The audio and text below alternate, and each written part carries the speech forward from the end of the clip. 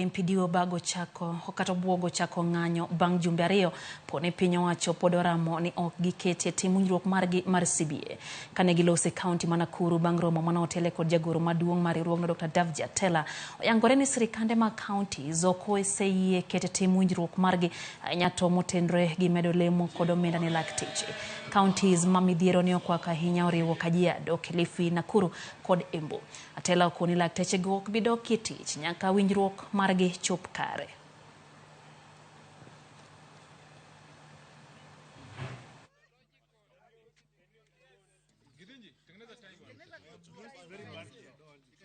Five counties are going on strike this month, basically because the counties have failed to honor the agreement, the collective bargaining agreements, and to capacitate the doctors to offer services. I must also say that we have discussed into details the daylight robbery that the government has started on our salaries. We saw the housing levy, which clearly is unconstitutional. So as the National Advisory Council, we are demanding that the government, both the county and national government, to plan mechanisms to refund us these funds urgently. We are telling the Ministry of Health to look into this matter very seriously and ensure that the enhanced cover that we were having, the civil servant that was being offered by the National Hospital Insurance Fund, is part of this shift.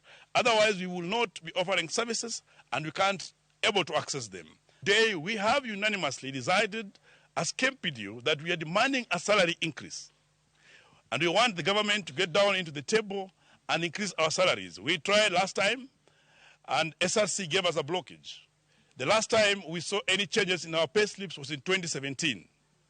We are demanding for salary increase to the tune of 40%.